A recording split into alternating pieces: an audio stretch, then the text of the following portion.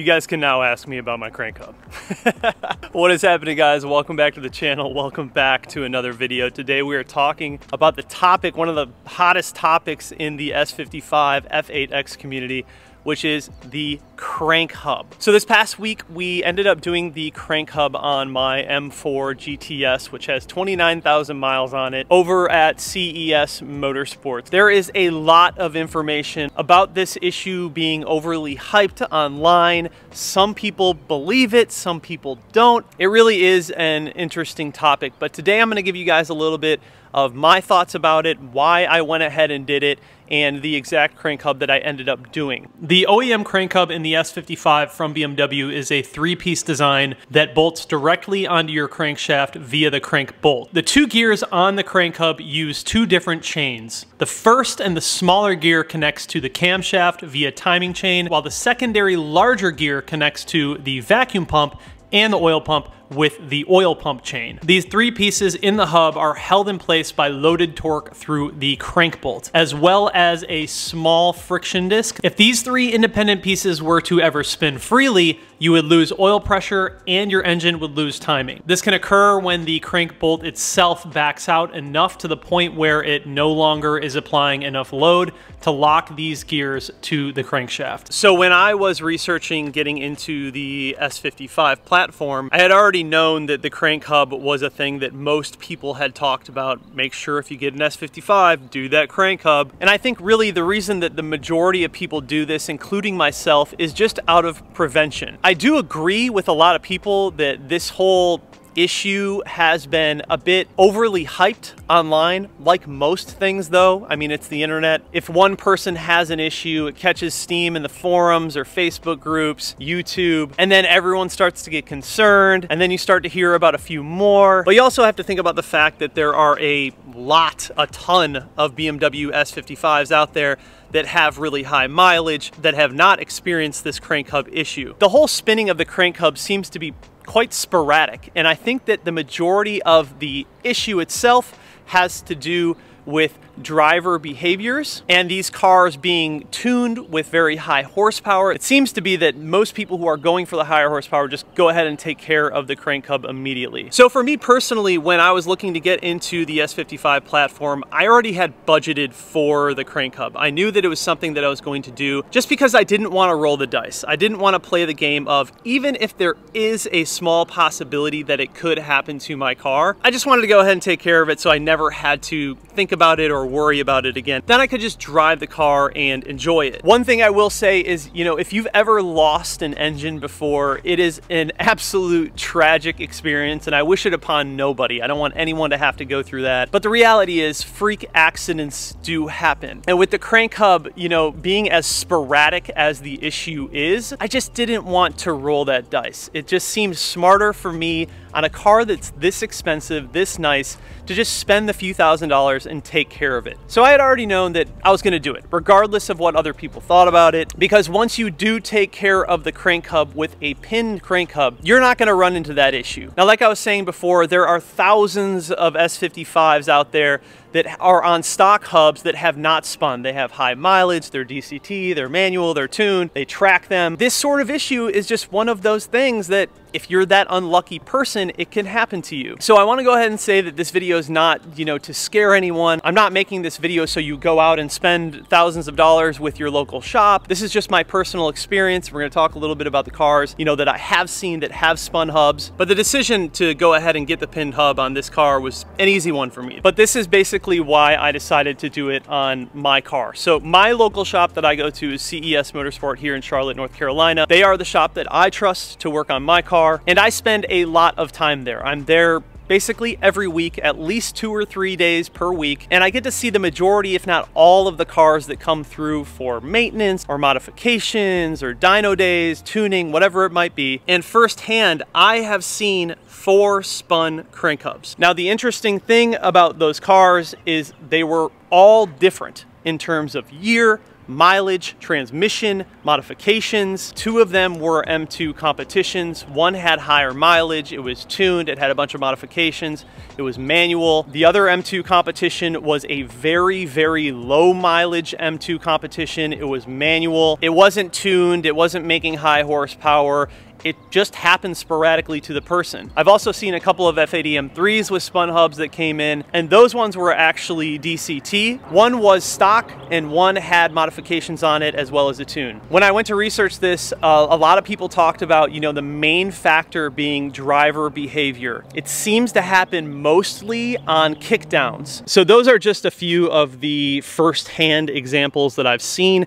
Obviously, I've seen a lot of videos online. Simply Car Things, if you guys don't know him on YouTube, he did a couple of really good videos on the crank hub, and I watched all of that, as well as a few others before actually going ahead and making mine. And I highly suggest you guys check those out. They're very informative. But the reality is, you know, this is one of those things where the possibility is there, no matter what. You can't deny the fact that this has happened to a few cars, and it really could happen to anyone. With that being said, you know, there are plenty of people out there that are running their cars, running them hard, tuned or not, high mileage, low mileage, that do not have the crank hub done and are completely fine. I had 29,000 miles on this car when I brought it in to do the crank hub. We pulled out my crank hub, my original one, and it was fine. It probably would have been okay. But again, you just don't know. And that right there is just a gamble that you'll just have to take. This is obviously your investment, so when it comes down to it, it's your decision. You know, do you want to go ahead and do it? Do you not want to go ahead and do it? Do you think it's a myth? Do you think it's real? But for me, the decision was pretty easy. The 2 main pinned crank hubs that I see are the 4-pin 2-piece Max PSI, formerly it's now SSR Performance crank hub, and then also the Insane Performance 2-pin 1-piece crank hub. Now, when it comes to actually picking one of those crank hubs for your car, I think it's wise to just talk to the shop that's going to be doing the work for you. You'd be surprised how many shops actually don't do this. It is not for the faint of heart. I mean, this is like open heart surgery. You have to drop the subframe, you have to drop the oil pan, you are physically drilling into the crank and installing that pinned hub. It's not like the easiest job in the world, and some shops, just for that risk alone, will not do it.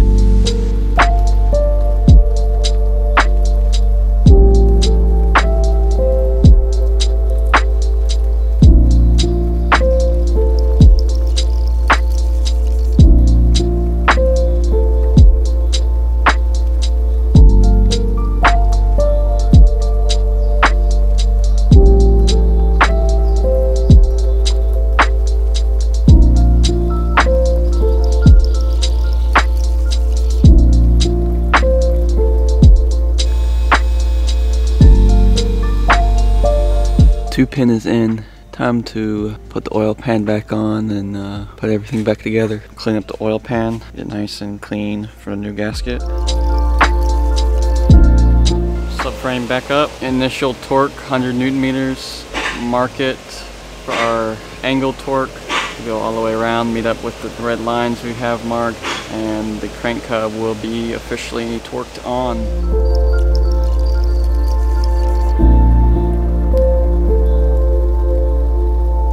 Mark lines up, so we're good.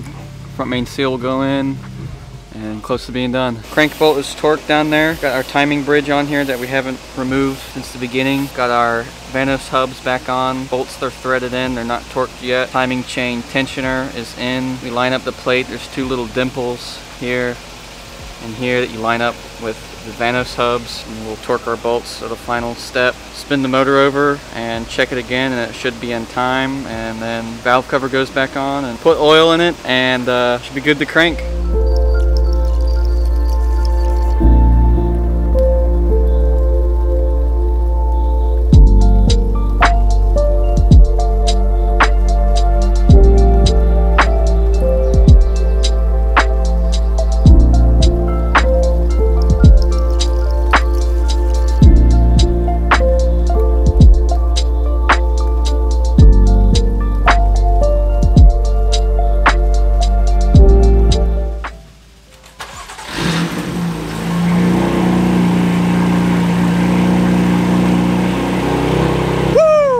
So I think it's wise to first find a shop local to you that you trust and ask them specifically which crank hub they have the most experience with and they think that you should go with. So obviously if you have the Max PSI 4-pin crank hub, you're going to be drilling 4 holes. If you have the Insane Performance 2-pin, 2 holes. So we had a few crank hubs to look at in the shop. We had the 4-pin, we had the 2-pin, and then of course the stock one. Ultimately, I decided to go with the 2-pin 1-piece crank hub, not really because it was any better. I think regardless, if you're going to do the crank hub job, either of those are going to solve the issue for you. It really just comes down to what that shop has the most experience installing. But ultimately, after talking to the shop and looking at the different options, I decided to go with the 2-pin 1-piece crank hub. The main reason being for that, the shop had installed plenty of them on other cars. We knew that it was in fact a solid fix for this issue. The 2-pin is already being used in hundreds of S55s all around the world, low horsepower, high horsepower. So it is a proven product, as well as the 4-pin crank hub. Is, from what I can tell, that seems to be also a very, very good option. So in addition to that, we also went ahead and did the Keys Motorsports crank bolt capture. We also added in the Mishimoto oil cooler, and then Keys also sent me the J-pipe, the Keys Motorsports J-pipe for this car that sits underneath the charge cooler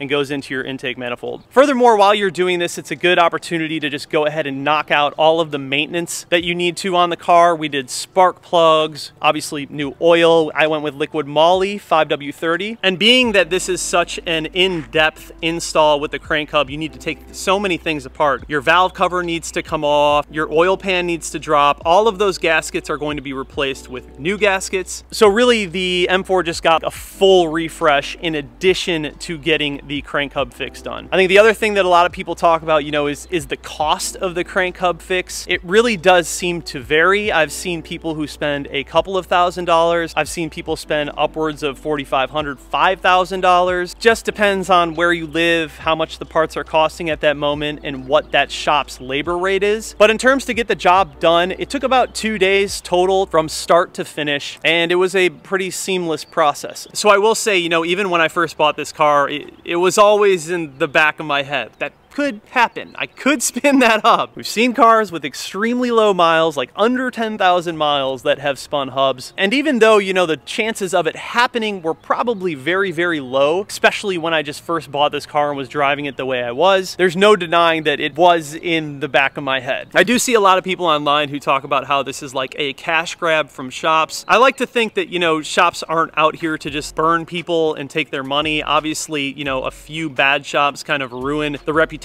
for a lot of good shops. But as I stated before, you know, this is just, it's gonna have to be your call. You're gonna have to make that decision for yourself. I think you just need to do your research and decide, is this something that is worth it? Now with the M4 GTS, it's obviously a little bit more expensive, but as we see nowadays, like the prices in F80s and F82s are coming down pretty significantly. But the majority of these cars, you know, when they were newer, were $60,000 and up. So for me personally, on any car that's that expensive, I would just budget for the few $1,000s to go ahead and have the hub done regardless, just so I had that peace of mind in the back of my head and I could just enjoy the car and just drive it the way I wanted to. Whew. In general, I'm really just enjoying the S55 platform, like learning about it, driving it, modifying it. This overall has been easily my favorite car that I've ever owned. It's also the most expensive, but it has really been a fun platform. The J-pipe is down here. It's gonna be really hard to see, but this charge cooler will go into the J-pipe, and then the J-pipe will go into your intake manifold. And that is one of the pieces that we upgraded. We're also gonna end up doing the inlets right here. So this will be changed out, and there's also one down there behind the second intake. So I'm going to end up upgrading all the intake inlets, and for the most part all of the piping will be done at that point. You know, this car has basically full bolt-ons. It is catless. I have yet to install my active mid pipe yet, but you know, we have all of the basics already, and then we're going to throw a little tune on it. Nothing crazy, nothing too spicy, but it should be fun. I've never actually owned an S55 that was tuned, so I'm excited to do that. So yeah, you guys, I just wanted to make a video talking about, you know, the fact that we did go ahead and do the crank hub in this video, and just my thoughts thoughts on the whole thing. You know, it's just one of those topics in this community that everyone sort of defaults to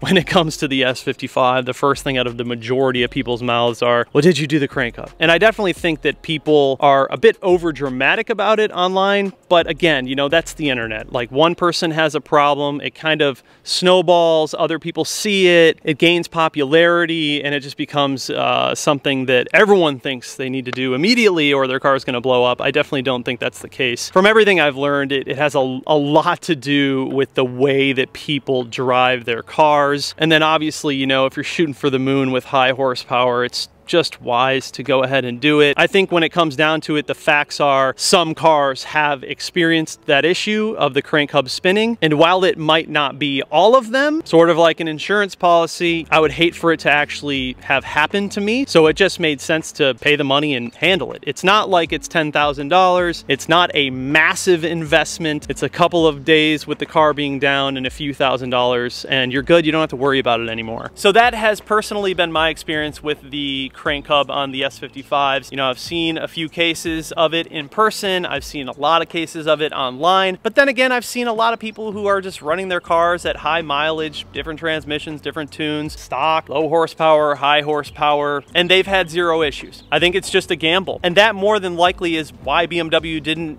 issue a recall for this design. There's a reason they designed it the way they did, and there's a reason that they didn't put a recall out on it. There's just not enough cases of these cars failing from it, in their opinion, to go ahead and issue a massive recall on the S55s. So that has been my experience with the S55 crank hub. At this point, I'm just grateful that I got it done. You guys know very well, like, when you go ahead and you buy a car like this, it is 100% up to you. It is 100% your discretion, and you just got to make that choice for yourself. We are good. We are pinned. I can finally just throw this shirt away and start wearing normal shirts. I know this isn't like a cut and dry video, like should you go and do it. I'm just giving you guys my experience and my opinion on the whole thing. But as always, if you guys have any questions, go ahead and leave them down below. I'll have links to all the products that we use on this car, as well as the link to CES Motorsport. If you guys are local in Charlotte, North Carolina, and you need your hub done, they can do it for you. But that'll effectively end this one, you guys. Thank you so much for watching. Love y'all. See you in the next one.